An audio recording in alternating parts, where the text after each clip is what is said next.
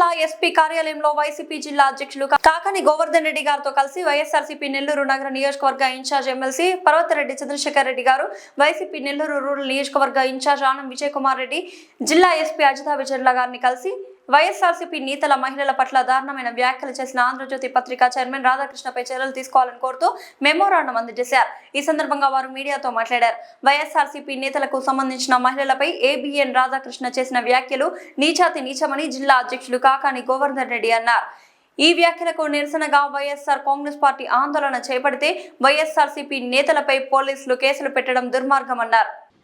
నెల్లూరులో జరుగుతున్నటువంటిది కానీ అలానే అమరావతిలో జరుగుతున్నటువంటిది కానీ అనేక అక్రమాలు, అనేకమైన అంతం లేనటువంటి అవినీతి, చాప కింద నీరులా ప్రవహిస్తున్నటువంటి అవినీతిని ప్రశ్నించడం కూడా జరిగింది.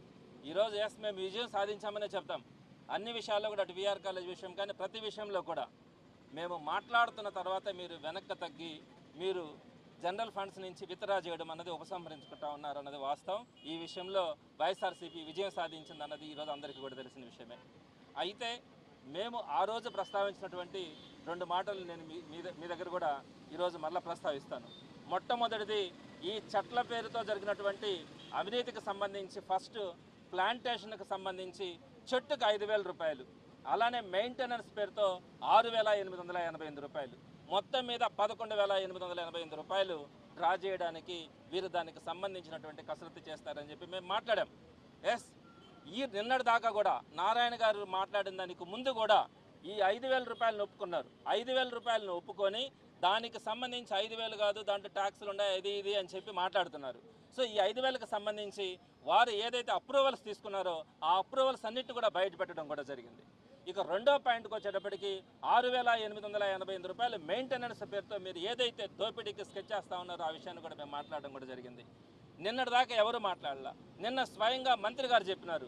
ఈ 6,888 రూపాయలకు సంబంధించి ఏఈ అనే వ్యక్తి దానికి సంబంధించి ఎస్టిమేషన్స్ వేసింది వాస్తవమే, దానికి సంబంధించి మేము ఖర్చు పెట్టలేదన్నారు.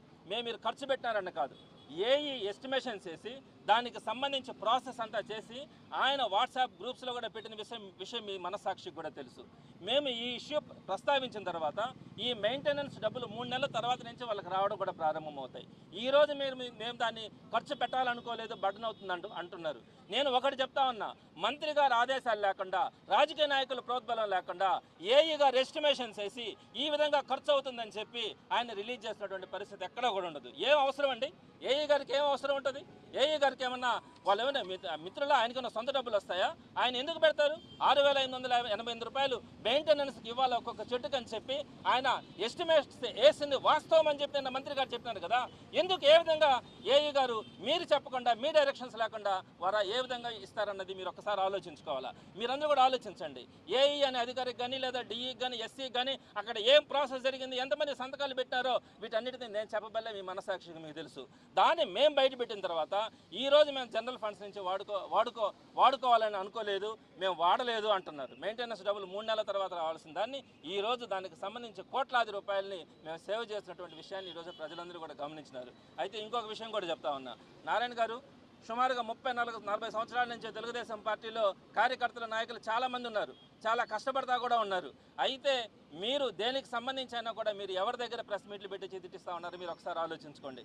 అదేవిధంగా ఇంకొకటి కూడా, నిన్న సీమరాజా అంట ఆయన్ని నెల్లూరుకు తీసుకొని వచ్చి ఆయన దగ్గర వీడియోలు చేయించారు. ఒక చెట్టు దగ్గరికి తీసుకెళ్ళి ఈ చెట్టు ఎండిపోయింది వాస్తవమే, మళ్ళా మొలకలు పెట్టుకొని వస్తుంది అని చెప్పి సీమరాజాన్ని తీసుకొని వచ్చి ఈరోజు మీరు వీడియోలు పెట్టించుకుంటా ఉన్నారంటే, మా మీద వ్యతిరేకంగా పెట్టించుకుంటా ఉన్నారంటే మీరు ఒక్కసారి ఆలోచించండి. నారాయణ గారు ఒక్కసారి ఆలోచించండి. మీరు పొలిటికల్ పార్టీ రన్ చేస్తూ ఉన్నారా, ప్రజాస్వామ్యంలో ఉన్నారా? ఈ పెయిడ్ ఆర్టిస్టులను తీసుకొని వచ్చి వాళ్ళకి లక్షల రూపాయలు డబ్బులు చెల్లించి వాళ్ళని తీసుకొచ్చి నెల్లూరు నగరంలో ఏదో ఒక ప్రాంతంలో ఒక చెట్టును చూపించి ఈ చెట్టు సంగతి ఇది అని చెప్పి మీరు చెప్పించుకుంటా ఉన్నారంటే మీ తెలుగుదేశం పార్టీ కార్యకర్తల నాయకుల మీద మీకు నమ్మకం లేదా?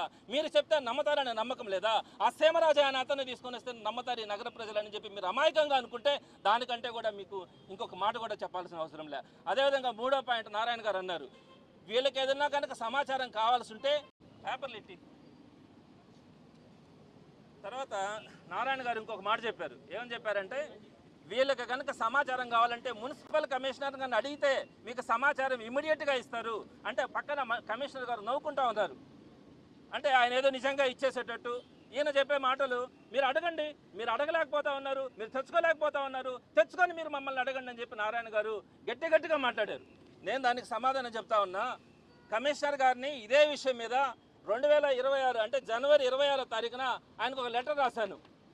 దీనికి సంబంధించి మీరు నిధులు ఏదైతే జనరల్ ఫండ్స్ గురించి మీరు ఖర్చు చేస్తూ ఉన్నారు కదా, దీనికి సంబంధించి మాకు ఒక ఫార్మాట్లో ఏ డేట్లో ఏ చెక్ని ఎంత ఇచ్చినారు అన్నది మీరు ఇవ్వండి అని చెప్పి జనవరి 26వ తారీఖున ఇప్పటికి 3 నెలలు అయింది. ఫిబ్రవరి, మార్చి, ఏప్రిల్ 3 నెలలు 90 రోజులు దాటి 100 రోజులు కావస్తూ ఉంది.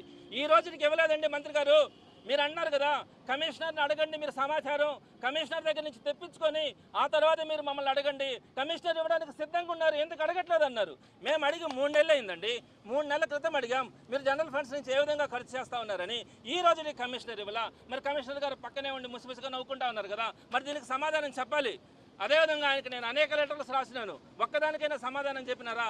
విఆర్ కాలేజీ డిపిఆర్ గురించి కూడా అడిగితే మా దగ్గర డిపిఆర్ లేదని చెప్పినారు.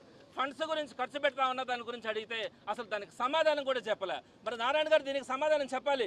లెటర్ రాసాం, సమాచారం కోసం అడిగాం, అయినా మీరు ఇవ్వకపోతే మేము అక్కడ జరుగుతున్నటువంటి పరిణామాలను తెలుసుకొని అక్కడ ఏ విధంగా ఎస్టిమేట్స్ చేసినారు, మీరు ఏ విధంగా వాటికి పర్మిషన్స్ తీసుకున్నారు, ఎవరెవరు సంతకాలు పెట్టినారు, అవన్నీ కూడా సమాచారం తెప్పించుకొని దాన్ని ప్రెస్ ద్వారా ప్రజలకు తెలియజేసిన తర్వాత ఈరోజు మీరు వెనకడుగు వేసి ఏదైతే 5,000 రూపాయలు ఇచ్చినారో అది అయిపోయింది, ఇంకా మిగతా సంబంధించినటువంటి మెయింటెనెన్స్కి సంబంధించి మేము ఇవ్వబోవట్లేదు అని చెప్పి ఈరోజు మీరు యూటర్న్ తీసుకొని మాట్లాడుతూ ఉన్నారు. ప్రాసెస్ అంతా పూర్తి చేసిన తర్వాత ఈ విధంగా ఉంది నెల్లూరులో. అందరూ కూడా ఆలోచించాల్సినటువంటి పరిస్థితి ఉందని కూడా తెలియజేస్తా ఉన్నా. మేము ఇదొక్కటే కాదు, దీని కింద చాప కింద నీరులాగా జరుగుతున్నటువంటి అనేక అక్రమాలను కూడా మీ ముందుకు తీసుకురావడం కూడా జరుగుతుందని తెలియజేస్తా ఉన్నాను. అది కార్తీక్ అంత సేవ్